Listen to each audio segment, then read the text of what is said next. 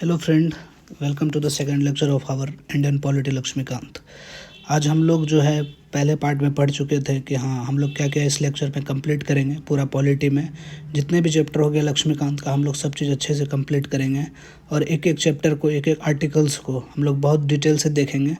तो उसी संदर्भ में जो आप पहले लेक्चर नहीं देखे हैं, आप पहला लेक्चर जाके देख सकते हैं कि क्या क्या हम लोग का इस सीरीज़ में चलेगा। और हम लोग पूरा लक्ष्मीकांत को एक एक चैप्टर करके कंप्लीट करेंगे और कोशिश करेंगे कि कोई भी एग्ज़ाम में, चाहे यूपीएससी का सीएससी हो, चाहे बिहार पब्लिक सर्विस कमीशन हो, या किसी भी स्टेट पीसीएस में आप बैठ रहे हो, तो सब आप उठा के देख लो पॉलिटी का सिलेबस। पॉलिटी लक्ष्मीकांत से ज़्यादा कुछ आता नहीं है उसमें, और पॉलिटी लक्ष्मीकांत सिर्फ कवर कर लिए। यहाँ तक कि हम लोग पॉलिटी लक्ष्मीकांत तो कवर कर ही रहे हैं। हम लोग ज़्यादातर कोशिश कर रहे हैं कि कॉन्स्टिट्यूशन से जो भी आर्टिकल्स है उसको हम लोग कवर करने का कोशिश किया और सब चीज़ एक जगह मर्ज करके दिए हैं। और चलिए हम लोग सेकंड लेक्चर स्टार्ट करते हैं पॉलिटी लक्ष्मीकांत का। पहले तो हम लोग कैसे कॉन्स्टिट्यूशन बना, कैसे आइडिया आया, वो तो हम लोग देखेंगे ही। पहले थोड़ा समझ लेते हैं कि पॉलिटी में जब देश आज़ाद हुआ तो 26 जनवरी 1950 को, तो हम लोग को मतलब कौन कौन सा आर्टिकल्स और पार्ट्स और शेड्यूल्स तभी था, और अभी आगे चल के अमेंड होके धीरे धीरे उस पॉलिटी में, कॉन्स्टिट्यूशन में कितने पार्ट्स, कितने आर्टिकल्स, कितना शेड्यूल जो है धीरे धीरे बढ़ा। तो स्टार्टिंग में हम लोग जब 26 जनवरी 1950 मतलब डेट को अगर लेंगे, तो उस टाइम कॉन्स्टिट्यूशन में लगभग 22 पार्ट था, 8 शेड्यूल था और 395 आर्टिकल्स था।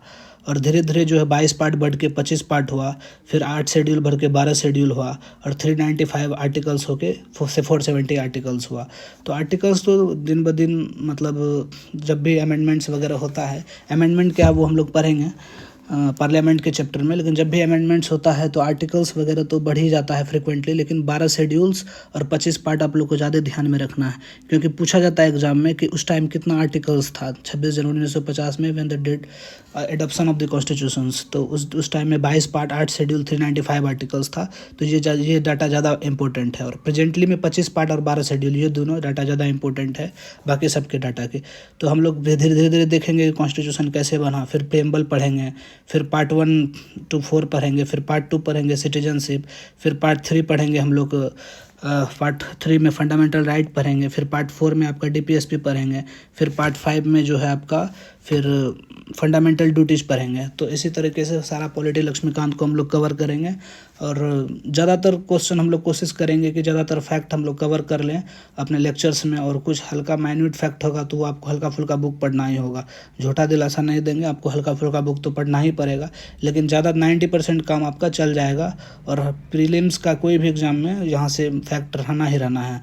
अगर यूपीएससी सीएससी में 20 क्वेश्चन पूछता है तो 17-18 क्वेश्चन हम लोग का लेक्चर से आना ही आना है, क्योंकि बहुत मतलब बहुत फिल्टर्ड नोट्स है ये। और यकीन मानिए 2 से 3 लाख हम लोग खर्च करके इतना तैयारी किए हैं, तब ऐसा नोट्स हम लोग को प्रोवाइड हुआ है। एक एक चीज़ को हम लोग मेहनत से लिखे हैं। तो स्टार्ट करते हैं मेकिंग ऑफ द कॉन्स्टिट्यूशन। देखिए, कॉन्स्टिट्यूशन बनने से पहले ना कॉन्स्टिट्यूएंट असेंबली बना था, जिसमें कुछ लोग जो है ना इलेक्टेड आए थे और कुछ लोग जो है नॉमिनेटेड आए थे, ठीक है, कॉन्स्टिट्यूएंट असेंबली में। लेकिन कॉन्स्टिट्यूएंट असेंबली का आइडिया किसका था? तो 1934 में एम.एन. रॉय जो है कॉन्स्टिट्यूएंट असेंबली का आइडिया दिया था।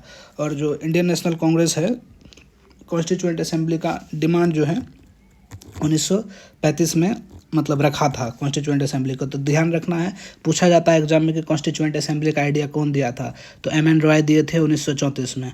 और आईएनसी जो इंडियन नेशनल कांग्रेस जो है डिमांड किए थे कॉन्स्टिट्यूएंट असेंबली का 1935 में। और ये भी पूछा जाता है कि उसके मेंबर कैसे कैसे इलेक्ट हुए।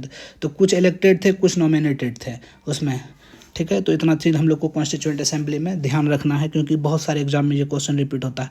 और एक बहुत इंपॉर्टेंट क्वेश्चन जो हर एग्जाम में लगभग आपको आप प्रीवियस ईयर उठा के देख लो, स्टेट पीसीएस हो, यूपीएससी हो, ये डेट पूछा गया है कि 9 दिसंबर 1946, 9 दिसंबर 1946, 9 दिसंबर 1946। आप दिमाग में बैठा लीजिए, first meeting of constituent assembly कब था? 9 दिसंबर 1946, 9 दिसंबर 1946, ठीक है। और ये ध्यान में रखिएगा, कॉन्स्टिट्यूएंट असेंबली में मुस्लिम लीग जो है यहाँ पे पार्टिसिपेट नहीं किए थे। और सबसे इम्पोर्टेंट क्वेश्चन कि पहला प्रेसिडेंट कौन था कॉन्स्टिट्यूएंट असेंबली का, तो सच्चिदानंद सिन्हा। इस बार भी यूपीएससी में क्वेश्चन आया है 2024 के यूपीएससी में शायद, कि टेम्प्रोरी जो प्रेसिडेंट थे कॉन्स्टिट्यूएंट असेंबली के कौन थे, तो सच्चिदानंद सिन्हा थे टेम्प्रोरी। और जो भी चीज़ चल रहा है ना इंपॉर्टेंट है क्लास में, आप जो है ना एक पेन पेपर लेके बैठिए और उसको नोट्स करते चलिए। बेकार है लेक्चर उक्चर देख के कोई फायदा नहीं होगा, लेकिन लेक्चर आपको देखना है तो कम से कम 3 बार या 2 बार लेक्चर को देखिए, तभी आपको चीज़ें याद होगी 70-80%। और 4-5 बार आप लेक्चर को देखोगे तब चीज़ 100% आपके दिमाग में फिट हो जाएगा। तो चलिए स्टार्ट करते हैं। 9 दिसंबर 1946 first meeting of constituent assembly, Muslim league was not participated, the first president was the Sachchidanand Sinha which is temporary, after that doctor Rajendra Prasad is the permanent president of the constituent assembly. तो इतना। चलिए friend आगे देखते हैं इस lecture में। जवाहरलाल नेहरू जो है कॉन्स्टिट्यूएंट असेंबली मतलब कॉन्स्टिट्यूएंट असेंबली में जो है इंट्रोड्यूस किए थे ऑब्जेक्टिव रिजोल्यूशंस, ठीक है। डेट क्या है 13 दिसंबर 1946। उसी से बाद में उसी ऑब्जेक्टिव 13 दिसंबर 1946 को जो भी ऑब्जेक्टिव रेजोल्यूशन इंट्रोड्यूस किए थे जवाहरलाल नेहरू कॉन्स्टिट्यूएंट असेंबली में, उसी से धीरे धीरे इंस्पायर्ड होकर जो है प्रेमबल बना, ठीक है। अब हम लोग देखते हैं कि 1947 में इंडिया इंडिपेंडेंस एक्ट के टाइम में कॉन्स्टिट्यूएंट असेंबली का कितना पावर था। तो सॉवरेन बॉडी था उस टाइम कॉन्स्टिट्यूएंट असेंबली 1947 में, 1947 में जो है मतलब इंडियन इंडिपेंडेंस एक्ट के टाइम में जो है कॉन्स्टिट्यूएंट असेंबली जो है सोवरेन बॉडी था। सोवरेन मतलब क्या होता है ना कि किसी के इन्फ्लुएंस में हम कुछ डिसीजन नहीं लेंगे, हम मतलब स्वतंत्र है खुद के डिसीजन लेने के लिए। किसी एक्सटर्नल का या किसी कंट्री के बाहर से हम लोग को प्रेशर नहीं दे सकता है कि आप ये कीजिए वो कीजिए, तो हम लोग जो भी चाहे डिसीजन खुद से ले सकते हैं। Date is called the sovereign body. और हम लोग लेजिस्लेटिव फंक्शन भी कर सकते हैं, ठीक है। तो इसका मतलब क्या हुआ कि कॉन्स्टिट्यूएंट असेंबली का धीरे धीरे पावर इंक्रीज हुआ। और ब्रिटिश का जो पुराना एक्ट था तो उसमें भी हम लोग कुछ ऐड कर सकते थे, कुछ डिलीट कर सकते थे। तो हम लोग को इतना पावर मतलब 1947 के टाइम में मिल गया था। तो 1947 इंडिया इंडिपेंडेंस एक्ट में हम लोग को याद क्या रखना है कि कॉन्स्टिट्यूएंट असेंबली बना था जो सॉवरेन बॉडी हो गया था, और लेजिस्लेटिव फंक्शन हम लोग कर सकते थे। ब्रिटिश के लॉ में कुछ ऐड और डिलीट कर सकते थे। तो इसका मतलब ऑल ओवर का मीनिंग क्या हुआ कि power of constituent assembly was increases. अब देखिए 26 नवंबर 1949, ये बहुत इंपॉर्टेंट डेट है, याद रखिएगा। 26 नवंबर 1949 बहुत इंपॉर्टेंट डेट है। इस टाइम में इस डेट को कहा जाता है एडॉप्शन ऑफ द कॉन्स्टिट्यूशन। तो बहुत सारा एग्जाम में क्वेश्चन पूछा गया कि what is the date of adoption of the constitution, तो डेट इज कॉल्ड द 26 नवंबर 1949। और इस डेट को ना कुछ आर्टिकल्स हम लोग का इम्प्लीमेंट हो गया था। तो पूरा जो फुल कॉन्स्टिट्यूएंट जो इम्प्लीमेंट हुआ था कॉन्स्टिट्यूशन वो 26 जनवरी 1950 को हुआ था, लेकिन 26 नवंबर 1949 को कुछ आर्टिकल्स जो है मतलब क्या कहता है वो हम लोग को मतलब स्टार्ट हो गया था, कुछ आर्टिकल्स लागू हो गया था। तो कौन से आर्टिकल्स है हम लोग को ध्यान रखना है according to the exam point of view.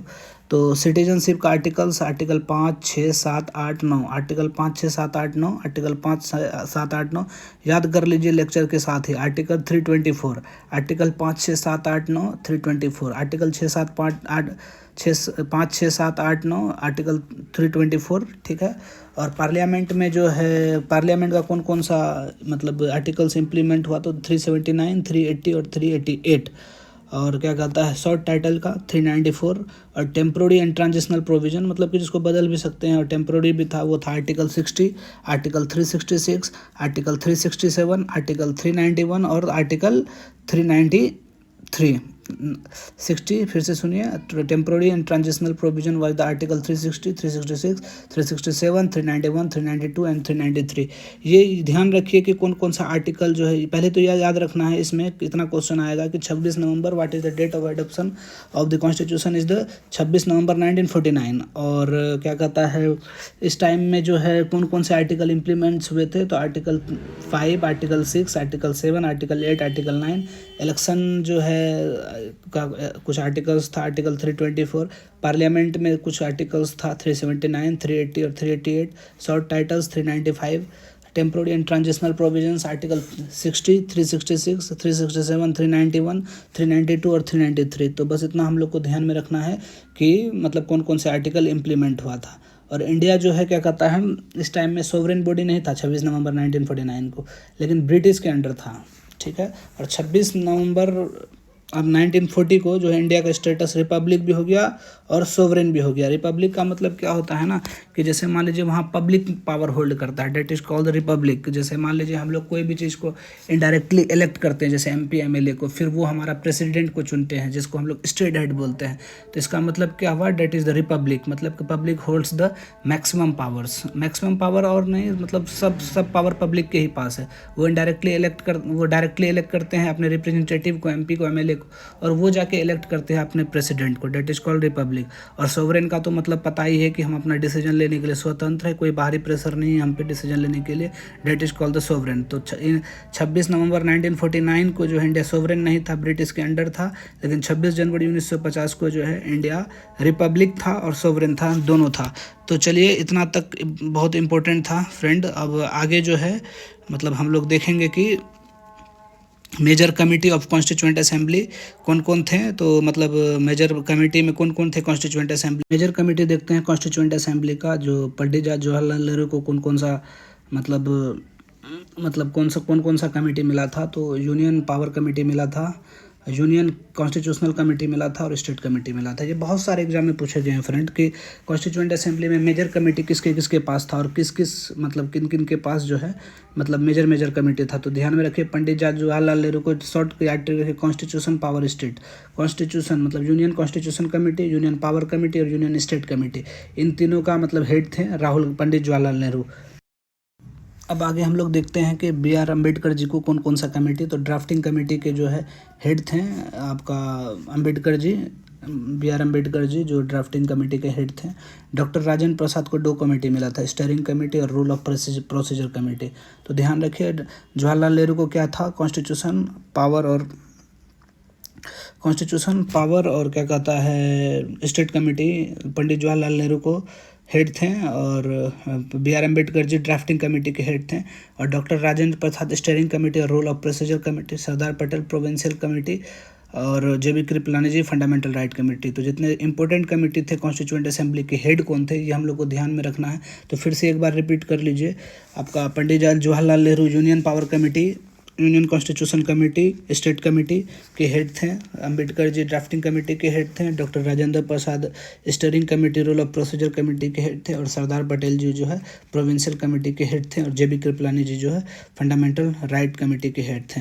तो फ्रेंड, आज हम लोग मेकिंग ऑफ द कॉन्स्टिट्यूशन पढ़े हैं। अगले लेक्चर में हम लोग प्रेम्बल स्टार्ट करेंगे, जहाँ से हम लोग स्पेशल पॉलिटी लक्ष्मीकांत से, जहाँ पे अच्छे से स्टार्टिंग है, कॉन्स्टिट्यूशन का स्टार्टिंग है, जो प्रेम्बल जो identity card of the constitution कहा जाता है। अगले लेक्चर में हम लोग उसको पढ़ेंगे। और बहुत अब यहाँ से टॉपिक इंटरेस्ट होने वाला है। अब तक तो फैक्ट था, तो उसमें कुछ था नहीं ज़्यादा पढ़ाने के लिए।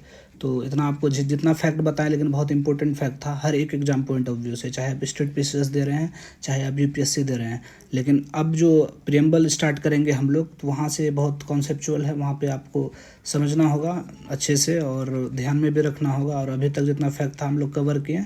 तो और यकीन मानिए दोस्त, हम लोग बड़े बड़े कोचिंग में मतलब 2 से 3 लाख रुपया खर्च करके हम लोग इतना चीज़ पढ़े हैं, जो आपको हम लोग फ्री में प्रोवाइड कराएंगे। स्टूडेंट है इसलिए प्रोवाइड कर रहे हैं, नहीं तो बहुत सारा ही लोग इतना ही पढ़ाने के लिए अच्छा कॉस्ट चार्जेस कर रहे हैं।